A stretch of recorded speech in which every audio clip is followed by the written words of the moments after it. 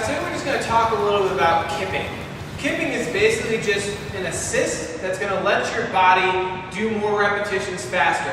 You can kip a whole lot of things. You can kip pull-ups, you can kip knees to elbows, toes to bar, you can kip ring dips, you can kip ab mat sit-ups if you want. Throwing your arms is essentially a kip, just giving yourself a little extra boost of energy.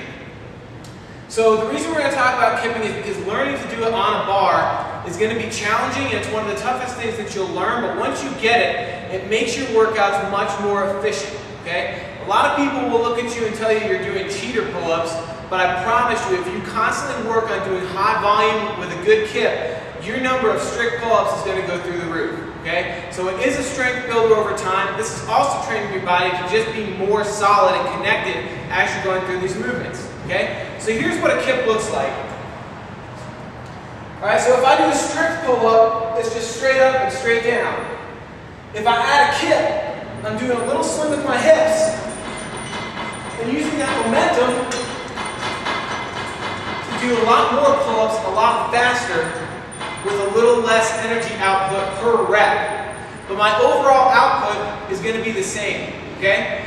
So to start your kip, we're going to take it to the floor. This is going to be a hip movement, so think about hips more than anything else. So to start, you're going to lay down on the floor and lift your legs like you're sitting in a chair.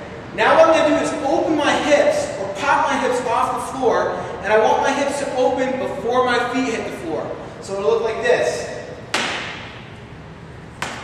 Okay, so it's not going to be this or this. It's going to be a quick pop, feet hit the floor after your hips open. Okay, so that's the movement you want to have. Then you're going to take that to the bar. So here's where you're going to start to get a feel for your kip. From that hand position, raise your knees the same way we just did, and when you open your hips, your legs are going to go back, your head's going to come through. Your head is the other part of this kip that's essential. When your feet are back, your head is forward. When your feet come forward, your head has to go back. Here's that difference, okay? So if I start here and I don't move my head, my legs are going fine. My head's not going anywhere. As soon as I add my head, now I've got my kip. So make sure that your head is a big part of your kip, okay? Work on just finding that balance. You'll know if you have a good kip if you can stop on a dime. So for example, if I was going to try and do some knees to elbows with no kip, and I'm going to get some swing in here, and then someone tells me to stop, I still got some swing, okay? So that was not a kip. When you're kipping, and you have a good control kip, it can be a small kip, it can be a really big kip, but if someone tells me to stop, I can stop and control my body immediately because I'm balanced and I have control of that swing. That's how you can test and see if you're kipping or just swinging. So, now we're going to talk about how to apply this kip into a pull-up and also into knees to elbows into a bar. So for your pull-ups, once you get that kip down, you're just going to start by adding a little pull on the back end. So when your feet are forward, head is back, and you're doing a little pull. And as you get higher, you're going to get that chin over bar.